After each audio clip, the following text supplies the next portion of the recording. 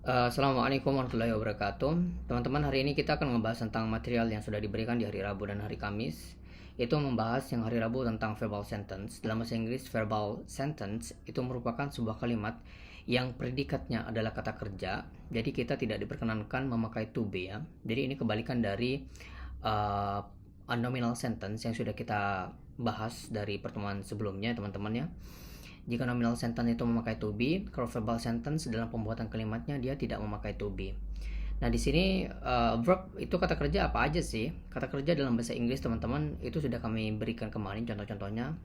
Yang pertama itu answer, menjawab ya.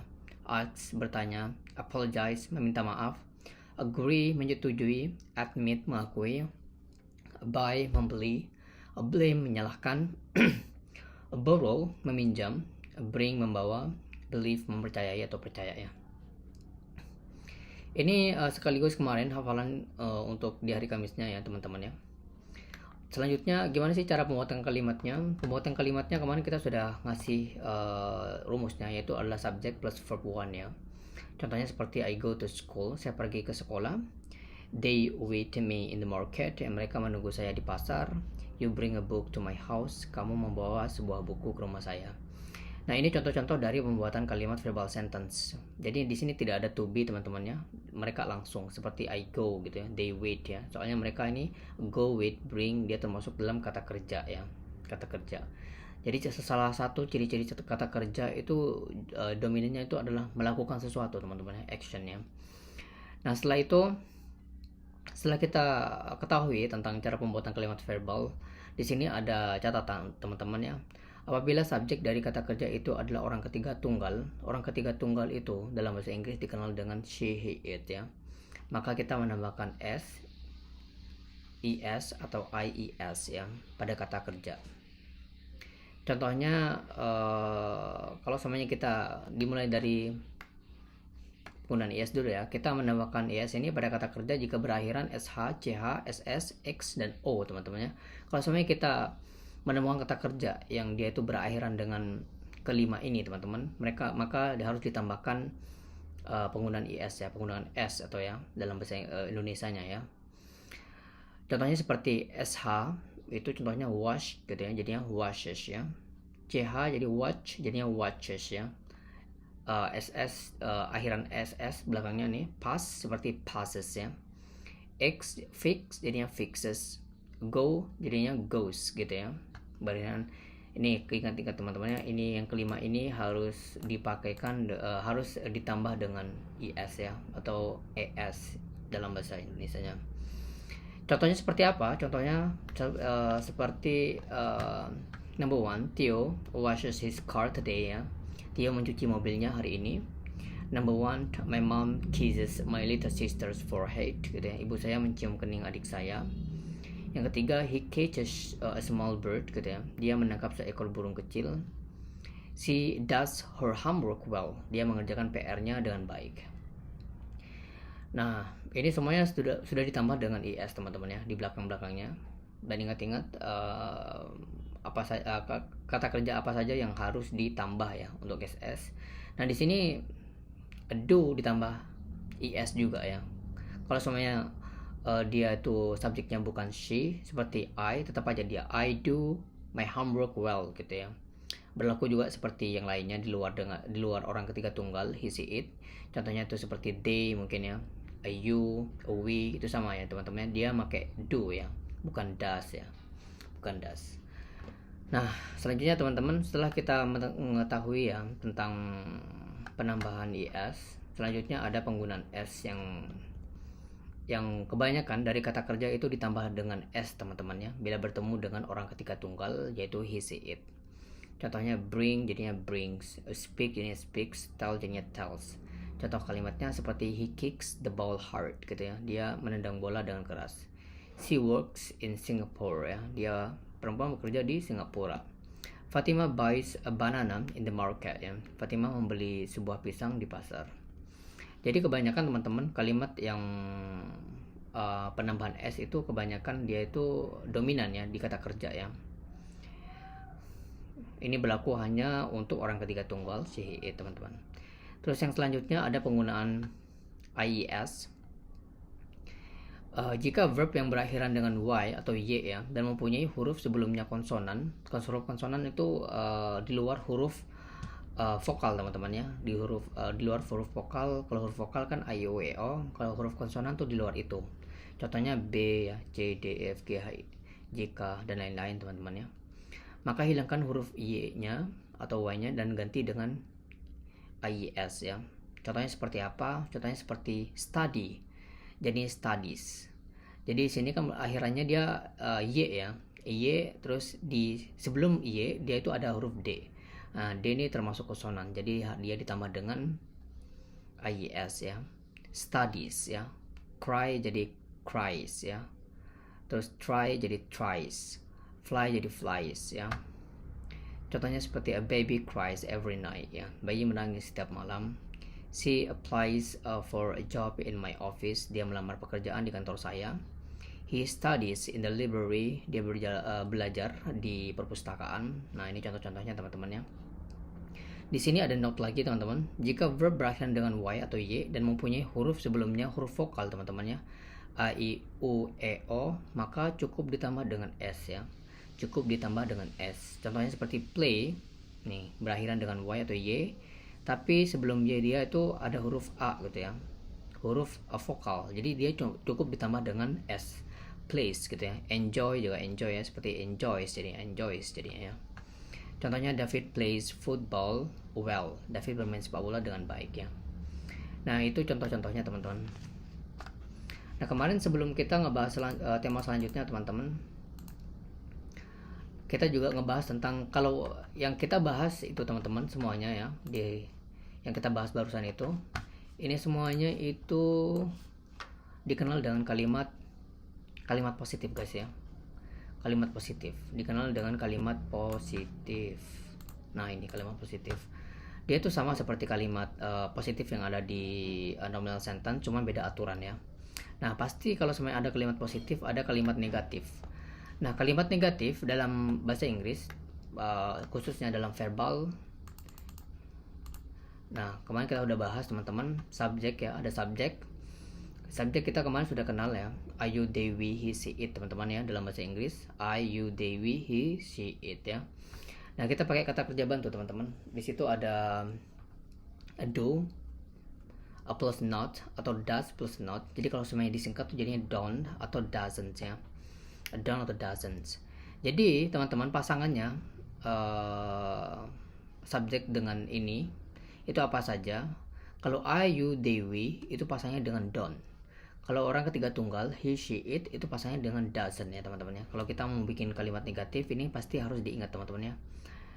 He, she, it ini pakai doesn't, I, you, they, we itu pakai don't ya. Contohnya seperti apa? Nah, kita bikin formula kemarin. Subject plus a do atau does plus not plus verb 1. Contohnya Theo doesn't tell me about his problem. Theo tidak menjelaskan kepada saya tentang masalahnya. Maka Theo, karena Theo ini orang seorang yang tunggal gitu ya, dia pakai doesn't ya. They don't arrive on time. Mereka tidak tiba tepat waktu. They ya, pasangnya they dengan don't ya. I, you, they, we, don't, he, she, it, doesn't. Jadi teman-teman harus ingat nih teman-teman ya. Ini untuk membuat kalimat negatif dalam kalimat verbal. Terus selanjutnya ada interrogative sentence di kalimat verbal. Contohnya seperti do atau formulanya itu tinggal dibalik ya teman-teman ya. Kalau do atau does-nya itu di depan plus subject plus verb 1 plus question mark ya, tanda tanya. Contohnya seperti apa? Contohnya do you understand about these lessons gitu ya. Apakah kamu mengerti tentang pelajaran ini? Terus yang kedua, does she answer the questions? Apakah dia menjawab pertanyaan itu gitu ya. Does he invite you? Apakah dia lagi mengundang kamu gitu ya. Jadi does atau do digunakan sesuai subjeknya. Sudah gitu diletakkan di depan plus subject plus verb 1 plus question mark. Jadinya itu pertanyaannya apakah ya, apakah. Contohnya kemarin kita sekalian jawab ya. Do you understand about these lessons? Jawabnya yes I do, atau or yes I understand about this lesson ya. Ini kalau jawabannya panjang, ini jawaban yang pendek. Bisa juga jawabnya no I don't or atau no, I don't understand about these lessons ya. Ini untuk jawaban yang tidak ya teman-teman ya. Nah selanjutnya kita ngasih contoh untuk yang orang ketiga tunggal seperti he ya. Does he invite you ya? Does he invite you? Apakah dia lelaki mengundang kamu? Nah ini cara jawabnya seperti apa? Jawabnya seperti yes, he does ya. Ini untuk mengatakan iya ya. Yes, he does. Ini untuk jawaban yang pendeknya. Terus untuk panjangnya dia bilang yes, he invited me ya. Pasti dia memakai tambahan s teman-teman ya. Yes, he invited me ya. Invites me ya. Yes, he does, or yes, he invites me ya. Invites me. Nah, kenapa dia tambah s teman-teman? Karena di sini jawabannya pakai kalimat positif ya. Positif dimana mereka harus ditambahkan dengan s secara aturannya ya. Untuk no, he doesn't ya. No, he doesn't, atau jawaban panjangnya no, he doesn't invite me. Nah di sini teman-teman kalau semuanya penambahan s tadi ya, penambahan s, terus ada is, terus ada ies ya. Itu berlaku untuk kalimat positif aja ya, kalimat positif aja. Jadi untuk kalimat negatif seperti ini dia nggak memakai lagi teman-teman ya, nggak memakai s lagi. Seperti kalimat tanya juga mereka nggak pakai s lagi ya. Nih seperti does she answer the question ya. Mereka nggak pakai s lagi. Nggak usah pakai apa. Kalimat negatif dan kalimat tanya nggak usah ditambah-tambah s, aturan s, is atau ies teman-teman ya. Nah kemarin kita sudah mempelajari ini teman-teman. Terus di sini ada PR ya. Buatlah 3 contoh kalimat verbal yang terdiri dari positif, negatif, dan tanya. Ini penting buat teman-teman untuk latihan. Kadang seseorang tuh ngerti ketika jelaskan, tapi ketika dia itu membuat kalimat mereka nggak paham ya guys ya. Nah setelah kita ngebahas itu teman-teman, kemarin kita ngebahas tentang ini ya, latihan nominal dan verbal sentence. Latihan kalimat nominal dan verbal sentence. Saya adalah seorang murid gitu ya. Itu bisa teman-teman lakukan di exercise-nya ya, exercise ya, untuk di rumah ya, untuk latihan pembuatan kalimat nominal yang bergabung dengan kalimat verbal ya teman-teman ya. Ini kalau bisa dikerjakan di rumahnya teman-teman untuk mengukur kualitas kita sudah paham belum atas material yang sudah diberikan tentang nominal sentence atau verbal sentence guys ya. Ini bisa di screenshot guys ya. Bisa di screenshot. Nah selanjutnya kemarin di hari Kamis kita ngebahas tentang lesson 2 teman-teman. Lesson 2 ini tentang subject pronouns dan object pronouns. Kalau dalam bahasa Indonesia teman-teman kita mau bisa beda ya sama bahasa Inggris teman-teman ya. Kalau dalam bahasa Inggris itu subject itu terdiri dari I, you, they, we, he, she, it ya. Ini pasti teman-teman ya. Subjek ini pasti ada di depan-depan biasanya ya. Dia pasti ada di depan-depan. Beda sama objek. Objek ini tempatnya mereka tuh harus ada di belakang. Mereka harus di belakang ya. Beda ya. Kayak seperti I ya. Contohnya ya. I jadinya me. You seperti you. Jadi you. Tetap aja. They jadi them. We jadi us. He jadi him. She jadi her. It jadi it. Nah teman-teman beda sama bahasa Indonesia. Kalau sama bahasa Indonesia mau dia letaknya subjeknya apa, subjek atau objek tetap aja ya. Kamu, mereka tetap aja. Mereka ditaruh di depan bisa juga, taruh di belakang bisa juga. Seperti mereka berbicara dengan mungkin aku gitu ya. Berbicara dengan kami juga ya. Kami berbicara dengan mereka juga sama aja. Dia nggak subjek nggak objek, dia nggak sama-sama aja ya kalimatnya. Beda sama ketika kita belajar bahasa Inggris. Subjek dan objek mereka pasti beda ya, harus diubah. Contohnya seperti apa sih kok diubah? Sampelnya seperti Fatima speaks to me gitu ya. Jadi bukan Fatima speaks to I gitu ya teman-teman ya. Fatima speaks to me. Fatima bicara kepada saya. Do we have to share it with them gitu ya. Apakah kita harus membagi itu dengan mereka? Them ya. Bukan do we have to share it with they. Nggak mungkin teman-teman ya. Itu subjek ya. Subjek itu pasti ada di depan ya. Ada di depan ya. Fatima, we gitu ya. Ini berhubung kalimat tanya harus dibalik ya. Do we have to share it with them ya. Kalau semuanya nggak usah pakai kalimat tanya, dia jadinya we have to share it with them ya. Kita harus membagi itu dengan mereka gitu ya. Nah seperti itu teman-teman ya. Jadi subjek itu ada di depan, kalau objek itu pasti ada di belakang. Seperti selanjutnya, Mr. Andra meets with him. Pak Andra bertemu dengan dia laki-laki ya. Him, contohnya him. Aisyah brings a cat, she likes it ya. Aisyah membawa seekor kucing, dia menyukainya. Can you give a question to her? Bisa kamu memberi sebuah pertanyaan kepada dia? Her ya, bukan she ya. Can you give a question to her? You bring a gift to us ya. Kamu membawa sebuah hadiah untuk kita. Itu us ya, bukan we. Kalau objek itu di belakang pasti pakai objek apa? Kalau semuanya diletaknya di belakang pasti pakai objek teman-teman ya. Mr. Theo is our English teacher. He speaks to us. Mr. Theo adalah guru bahasa Inggris kita. Dia berbicara kepada kita. He speaks to us ya. Are you a bird to them ya? Are you bird? Boring bird ya.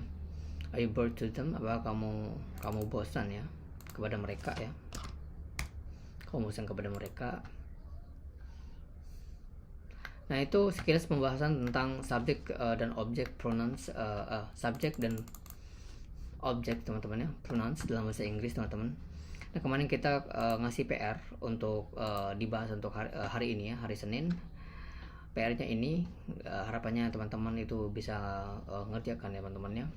Terus kemarin kita juga ngasih kosakata teman-teman ya, kosakata baru dalam bahasa Inggris yang perlu teman-teman hafalkan ya. Itu seperti yang kita kasih ini ya.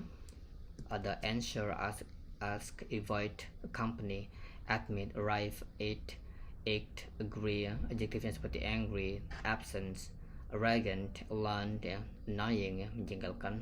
Nah ini teman-teman harus dihafalkan teman-teman ya. Mungkin sekian untuk pertemuan hari recording untuk material hari ini.